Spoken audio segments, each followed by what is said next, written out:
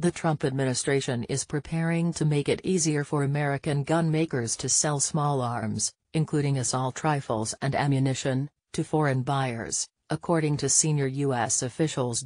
Aides to President Donald Trump are completing a plan to shift oversight of international non-military firearms sales from the State Department to the Commerce Department, four officials told Reuters. While the State Department is primarily concerned about international threats to stability and maintains tight restrictions on weapons deals, the Commerce Department typically focuses more on facilitating trade. The officials from multiple agencies, speaking on condition of anonymity, say the new rules will cut government red tape and regulatory costs, boosting U.S. exports of small arms and creating jobs at home. There will be more leeway to do arms sales, one senior administration official said. You could really turn the spigot on if you do it the right way.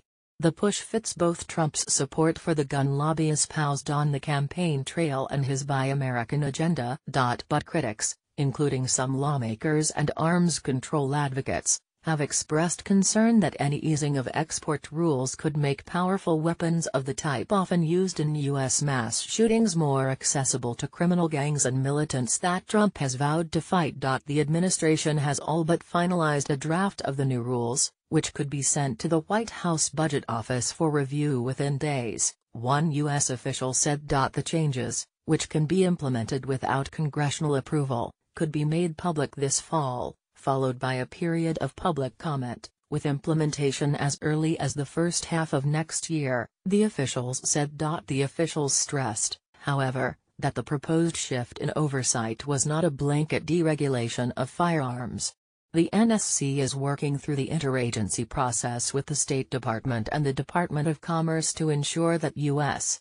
industries have every advantage in the global marketplace, while at the same time ensuring the responsible export of arms, said an official with the White House National Security Council. U.S. sales. The move, part of a broader Trump administration overhaul of weapons export policy that the officials say is also nearing completion, comes at a time when U.S. gun makers could use the help. Domestic gun sales have fallen significantly after soaring under President Barack Obama, when gun enthusiasts stockpiled weapons and ammunition out of fear that the government would tighten gun laws. Since Trump was elected in November, the share price for Smith & Wesson owner American outdoor brand Score is down 50% and Sturm Ruger has fallen 26%. Both stand to benefit from easier export protocols, alongside Vista Outdoor and the private equity firm Cerberus Capital Management, which owns Bushmaster, a brand of AR-15 assault rifle. The powerful U.S. gun lobby backed Trump in the 2016 election. The National Rifle Association spent more than $30 million in support of his candidacy.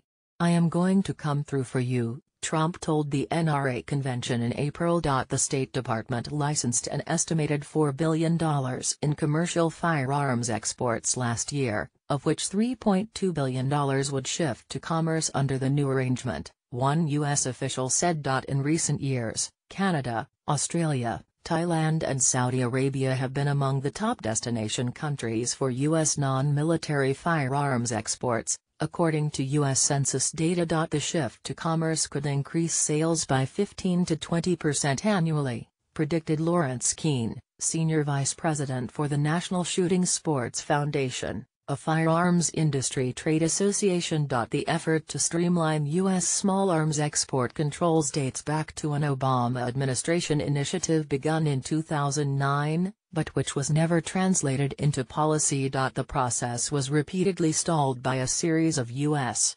mass shootings, including one at the Sandy Hook Elementary School in Newtown, Connecticut, in 2012, in which 20 children and 6 adults were killed by a gunman using an AR-15 style assault rifle. Assault rifles like the Bushmaster would be some of the most powerful weapons expected to be more readily available for commercial export under the new rules, which are largely in line with proposals the Obama administration had crafted. Stress test Democratic Senators Ben Cardin, Dianne Feinstein and Patrick Leahy urged against any rash regulatory changes in a letter to Secretary of State Rex Tillerson on Friday, saying combat firearms are the primary means of injury and destruction in civil and military conflicts throughout the world.